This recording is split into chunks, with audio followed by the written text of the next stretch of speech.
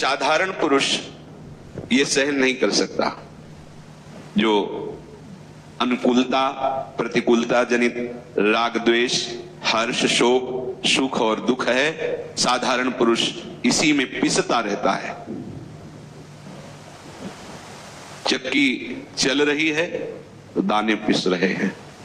चलती चक्की देख के दियो कबीरा रोए, दो पाटन के बीच में साबित बचा न कोई। यही दो पाट हैं, अनुकूलता प्रतिकूलता, हर्ष शोक सुख दुख, जन्म मृत्यु, लाभ हानि, मान अपमान, जय पराजय। ये प्रायः सब इसी में पिसते हैं। चलती चक्की देख के दियो कमाल ठठाए, और रहे सहारे कील के तो बाल न बाका जाए। उसी चक्की में जो दाना कील के समीप पहुंच गया, चाहे जितना चक्की चले उस दाना का कुछ नहीं होने वाला। तो मामियो ये प्रपद्यन्ते माया में ताम तरंतिते। भगवान की जो शरण में हो गया वो साधारण पुरुष नहीं है, वो पुरुषर्षभ है, वो पुरुषों में श्रेष्ठ है, वो महान है, जो सर्वतो भावेन प्रभु की शरण में हो जाता है। प्रभु की शरण में होना बहुत कठिन है, यद्यपि इससे ज्यादा सरल कुछ है ही नहीं, क्योंकि हमारे प्रीतम है। पर कठिनता यही है कि हमने बहुतों को अपना मान रखा है, बहुतों को अपना जीवन मान रखा है, प्रीतम मान रखा है। इसलिए परम प्रीतम प्रभु की शरण में होने में यही बाधा है, जो अन्य भाव अन्य संबंध अन्य विषय अन्य विचार अन्य भाव है। हे पुरुषर्षभ, अर्थात पुरुषों में श्रेष्ठ वही है जो भगवान की शरण होकर इस भव समुद्र से निकलना चाहता है, वही सह सकता है। भगवान का जो आश्रित है वो बड़े से बड़े कष्ट को सह सकता है, बड़े से बड़ी अनुकूलता में उसे हर्ष रूपी विकार नहीं होगा, और बड़ी से बड़ी प्रतिकूलता में उसे शोक रूपी विकार नहीं होगा। क्यों? क्योंकि वो प्रभु का विधान मानता है। अनुकूलता प्रतिकूलता में वो नहीं टिकता, वो अनुकूलता प्रतिकूलता के कारण पर पहुंचता है, और सबका परम कारण प्रभु है। वो जब देखता है कि मेरे प्रभु के द्वारा ये अनुकूल या प्रतिकूल विधान किया गया है, और प्रभु के द्वारा किया हुआ विधान परम मंगलमय परम आनंद प्रदान करने वाला होता है, वर्तमान में भले आपको कड़वा लगे, परिणाम उसका बड़ा अमृतमय होगा। इसलिए वो भक्त हर परिस्थिति को भगवतमय समझ करके सह जाता है। तभी जोई जोई प्यारो करे सोई मोहि भावे, ये स्थिति तभी आती है। सुख दुख में सम रहने वाले जिस बुद्धिमान मनुष्य को ये मात्रा स्पर्श व्यक्ति वस्तु स्थान घटना परिस्थिति विचलित नहीं करते, सुख दुख नहीं दे पाते, वो परम पद पर आरूढ़ होने के योग्य हो गया है। वो अमृतत्वाय, वो अमृत पद का अधिकारी हो गया है।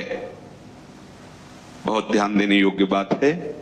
इसी अमृत पद के लिए हर संप्रदाय हर साधना पद्धतियों का वर्णन आचार्य महापुरुषों ने किया है। संप्रदायों की स्थापना और सिद्धांतों का वर्णन करके उस अमृत पद में स्थित होना, उस रस में डूबना, चाहे वो शांत भाव हो, चाहे वो दास्य भाव हो, या सख्य भाव हो, वात्सल्य भाव हो, या गोपी भाव हो, या सहचरी भाव हो, ये सब अमृत पद हैं। सम दुख सुखा धीरम, धीर मनुष्य सुख दुख में समान भाव रखता है। हमें धैर्य धारण ही करना पड़ेगा। जैसे कोई रोग हो गया है और हमें दवा मिल रही है जो बहुत कष्ट दे रही है, कड़वी है, पर यह है कि इसे पा लेने से रोग नष्ट हो जाएगा, तो हमें कड़वी लगती है। उसके पाने से कुछ हलचल भी होती है, परेशानी भी लगती है, पर वो दुखी नहीं होता। ध्यान देना, कड़वा लगता है पर वो दुखी नहीं होता, क्योंकि उसके मूल में ये उद्देश्य है कि ये दवा हमें रोग से मुक्त कर देगी। यद्यपि दवा कड़वी है, उसको परेशानी भी लगती है, पर वो धीर मनुष्य सुख दुख में समान भाव रखता है। हमें धैर्य धारण ही करना पड़ेगा। जैसे हमें बहुत जोर का कोई रोग हो गया है और हमें दवा मिल रही है जो बहुत कष्ट दे रही है, कड़वी है, पर यह है कि इसे पा लेने से रोग नष्ट हो जाएगा, तो हमें कड़वी लगती है, उसके पाने से कुछ हलचल भी होती है, परेशानी भी लगती है, पर वो दुखी नहीं होता। ध्यान देना, कड़वा लगता है पर वो दुखी नहीं होता, क्योंकि उसके मूल में ये उद्देश्य है कि ये दवा हमें रोग से मुक्त कर देगी। यद्यपि दवा कड़वी है, उसको परेशानी भी लगती है, पर वो सह जाता है। क्यों सह जाता है? क्योंकि उसका उद्देश्य है रोग निवृत्ति। एक कांटा लगा हमारे पैर में, चुभ गया, अब वो बहुत कष्ट दे रहा है। अब उसके निकालने के लिए जब हम किसी से सहयोग लेते हैं तो पहला सहयोग उसी कांटे की आकृति वाला यंत्र होता है, चाहे वो कांटा हो या सुई हो। अब हमारी त्वचा को वैसे ही बेधा जाएगा जैसे कांटा लगा था, पर हमें कष्ट होता है पर दुख नहीं होता, उसकी व्यथा नहीं होती, वो विचलित नहीं हो जाता, हिम्मत करता है, कष्ट करता है, पर उसको रोकता नहीं, उससे द्वेष नहीं करता कांटा निकालने वाले से कि तू मुझे पीड़ा पहुंचा रहा है, द्वेष नहीं करता, दुखी नहीं होता। कष्ट का अनुभव होता है पर उसका उद्देश्य है कि ये बराबर कष्ट देने वाला कांटा निकल जाए, इसलिए मैं इस कष्ट को सह जाता हूं। समझ रहे? ऐसे ही हमारे सामने कोई अच्छी परिस्थिति पैदा करता है, अनुकूल या बुरी परिस्थिति, प्रतिकूल, चाहे वो वस्तु हो या व्यक्ति हो या कोई घटना हो या कोई परिस्थिति हो, हमारा उद्देश्य है संसार से मुक्त होकर भगवत प्रेम में उन्मत्त होना। अब हमारे अंदर जो राग द्वेष के कांटे लगे हैं, ये बराबर हमें पीड़ा ही देते चले आ रहे हैं। देख लीजिए, अज्ञानी है, प्रमाद में है, इसलिए उसको दिखाई नहीं दे रहा है। जैसे एक मदिरा का पान किए हुए पुरुष नाली में पड़ा है, वही लघु शंका कर रहा है, पर वो अपने को आनंदित समझता है। दूसरे उसकी स्थिति को, जो मदिरा पान नहीं किए, देख करके कहते कैसा मूर्ख है, पैसा भी खर्चा करता है और कहां पड़ा हुआ है, लेकिन उसको इस बात का कोई भी शोक नहीं होता क्योंकि वो प्रमाद स्थिति में है। ऐसे ही जो प्रमाद स्थिति में साधारण जन है, वो प्रायः इसी राग द्वेष, अनुकूलता प्रतिकूलता, सुख दुख में ही जीते हैं। उनका जीवन ही यही, वो जानते ही नहीं कि इससे निकल करके कोई ऐसा आनंद है जहां किंचन मात्र दुख का लेश भी नहीं है। तो प्रभु कहते हैं यम ही न व्यथयन्ते पुरुषम, जो पुरुष इनकी उपस्थिति पर, कोई व्यक्ति, कोई वस्तु, कोई स्थान, कोई घटना, कोई परिस्थिति, उसका जब संयोग होता है तो हमारे हृदय में व्यथा होती है। हर्ष जनित व्यथा या शोक जनित, ये दो ही होती है, चाहे वो वस्तु हो, व्यक्ति हो, स्थान हो, घटना हो, परिस्थिति हो। साधक को अनुकूल परिस्थिति प्राप्त होने पर ऐसा लगता है बनी रहे, और प्रतिकूल परिस्थिति प्राप्त होने पर लगता है ये चली जाए। ऐसा हमें प्रायः सबको भान होता है कि हमारा हृदय ऐसा ही मांगता है कि मधुर वचन, प्रशंसनीय वचन बोलने वाला व्यक्ति ही हमारे से मिले, हमें जो अनुकूल पड़ता है वही वस्तु पदार्थ आदि मिले, और भगवान भी हमारे सामने ऐसी परिस्थिति प्रकट करे जो मुझे अच्छा लगे। प्रतिकूल परिस्थिति, प्रतिकूल व्यवहार करने वाला व्यक्ति, प्रतिकूल पदार्थ, ये हमें कभी ना मिले। ऐसा कभी नहीं हो सकता, किसी को नहीं हो सकता, क्योंकि जिसे तुम अनुकूल मान रहे हो या प्रतिकूल मान रहे हो, केवल तुम्हारी मान्यता है, ना कोई अनुकूल है ना प्रतिकूल है, एकमात्र सम वस्तु विराजमान है। पंडिता सम दर्शिना, सम, यहां विषमता तुम्हारी मानी हुई है, और मानी हुई विषमता को बाहर से नहीं हटाया जाता, अंदर से ही हटाया जाता है। वो तुम्हारे विचार के द्वारा ही हटेगी, किसी दूसरे के सहयोग से नहीं। दूसरे के सहयोग से यदि हम किसी परिस्थिति का सुधार करना चाहेंगे तो और फंस जाएंगे, क्योंकि अगर कहीं ऐसा हमारे मन में आ गया कि ये व्यक्ति हमारे अनुकूल है और ये हमारी परिस्थिति में बड़ा अनुकूलता का सहयोग करता है, तो राग हो जाएगा, फंस गए।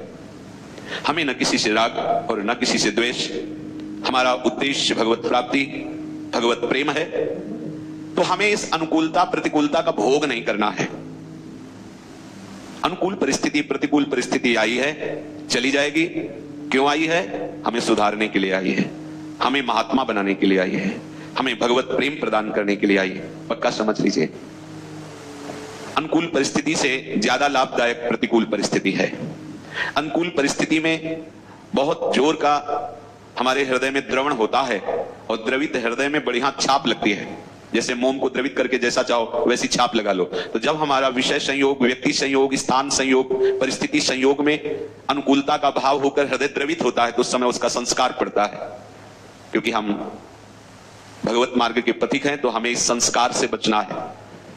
हमें किसी वस्तु, व्यक्ति, स्थान के प्राप्त होने पर अनुकूलता का भाव नहीं आरोपित करना है। हमें हर्षित नहीं होना है, हमें सुखी नहीं होना है, क्योंकि वस्तु, व्यक्ति, स्थान के द्वारा जो आपको सुख लग रहा है वो आपका माना हुआ है नहीं। सुख तो प्रभु के नाम में, प्रभु के रूप में, प्रभु की लीला में, प्रभु के धाम में, प्रभु की सेवा में, प्रभु के जनों के संग में, इसमें जो सुख होगा तो इसमें भी राग होगा, पर यह राग अनुराग होगा। जैसे भगवान कपिल देव जी महाराज माता देवहूति जी को कहते हैं कि हे मां, संसार में जो आसक्ति की जाती है वही बंधन का कारण होता है, और जो संत महापुरुषों से आसक्ति की जाती है वो मोक्ष का खुला हुआ द्वार है। तो लौकिक जितनी भी अनुकूलता आपने मानी है वो केवल आपकी मानी हुई है, क्योंकि भगवान के वचन कभी झूठे नहीं हो सकते। भगवान सत्य संकल्प हैं, सच्चिदानंद रूपाय हैं। उन्होंने कहा दुखालयम, भगवान ने इस सृष्टि की रचना की और मृत्यु लोक को कहा दुखालयम, और आप उसमें अनुकूलता पा गए, उसमें हर्षित हो रहे, उसमें सुख ढूंढ लिया। तो ये आपकी मानी हुई कल्पना है, क्योंकि जिसने बनाया है उसने कह दिया दुखालयम। तो सत्य संकल्प भगवान के वचन झूठे नहीं हो सकते। आपकी मानी हुई अनुकूलता, माना हुआ सुख वो दुख ही है जिसे तुम समझ नहीं पा रहे हो। तो प्रतिकूलता हमें सहयोग देती है, क्योंकि किसी भी प्रतिकूल परिस्थिति में हमारा राग नहीं होता। आपने सावधानी पूर्वक अनुकूलता में राग होने नहीं दिया, तो प्रतिकूलता में आप सावधान रहो या न रहो, राग हो ही नहीं सकता। प्रतिकूल व्यक्ति में, प्रतिकूल वस्तु में, प्रतिकूल पदार्थ में राग होता ही नहीं है। द्वेष इसलिए होने की संभावना नहीं क्योंकि आपने अनुकूलता में राग किया नहीं। प्रतिकूल परिस्थिति जब आती है तो भक्त एकदम प्रभु में एकाग्र हो जाता है, क्योंकि उसका दूसरा कोई आश्रय नहीं।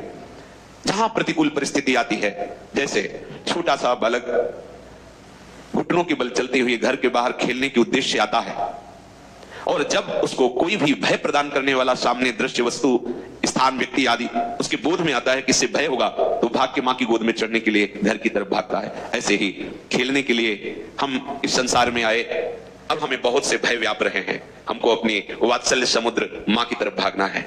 हमारे प्रभु तुमेव माता च पिता तुमेव बंधुश्च सखा तुमेव विद्या द्रविणं तुमेव सर्वं मम देव मेरे सब